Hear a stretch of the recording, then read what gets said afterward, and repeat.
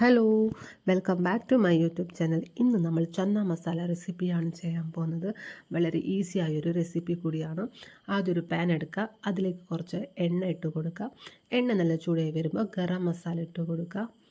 എന്നിട്ട് നമുക്ക് 4 വെളുത്തുള്ളി ഇട്ട് കൊടുക്കുക. അതൊന്ന് നമുക്ക് മിക്സ് ചെയ്ത് കൊടുക്കാം. എന്നിട്ട് നമുക്ക് 2 സവാള മിക്സിയിലൊന്ന് അടിച്ചെടുക്കാം.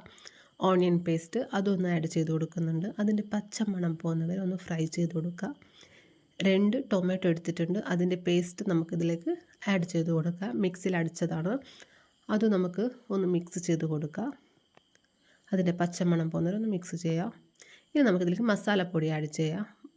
മുളക് പൊടി, മല്ലിപ്പൊടി, ഗരം മസാല, മഞ്ഞൾപ്പൊടി ആവശ്യത്തിന് ഇട്ട് കൊടുക്കാം.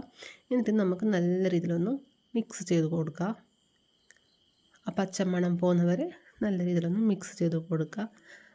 ഇനി നമുക്ക് ആവശ്യത്തിന് ഉപ്പിട്ട് കൊടുക്കാം. വളരെ ടേസ്റ്റി ആയൊരു കറിയും കൂടിയാണ്. എല്ലാവരും ഒന്ന് ട്രൈ ചെയ്ത് നോക്കാം. അപ്പോൾ വീണ്ടും നമ്മൾ മിക്സ് ചെയ്ത് കൊടുക്കുന്നുണ്ട്.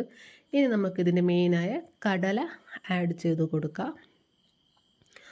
അത് നമുക്കൊന്ന് മിക്സ് ചെയ്ത് കൊടുക്കാം. വളരെ പെട്ടെന്ന് ചെയ്യാൻ പറ്റുന്ന ഒരു റെസിപ്പി കൂടിയാണ്. എല്ലാവരും ഒന്ന് ട്രൈ ചെയ്ത് നോക്കൂ. ഇനി നമുക്കിതിനെ 10 മിനിറ്റ് നമുക്ക് വേവിച്ചെടുക്കാം. ഞാൻ കടലേനെ കുക്കറിലൊന്ന് വേവിച്ചെടുത്തതാണ്. വളരെ പെട്ടെന്ന് നമുക്ക് ചെയ്യാൻ പറ്റുന്ന ഒരു റെസിപ്പി കൂടിയാണ്.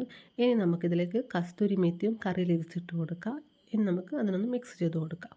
ഇത് നമുക്ക് ചോറിൻ്റെ കൂടെ, ചപ്പാത്തി, പൂരിൻ്റെ കൂടെയൊക്കെ കഴിക്കാനൊക്കെ ഭയങ്കര ടേസ്റ്റിയാണ്. അപ്പോൾ എല്ലാവരും ഒന്ന് ട്രൈ ചെയ്ത് നോക്കൂ. അപ്പോൾ ചന്ന മസാല കറി ഇവിടെ റെഡിയാണ്. Thank you.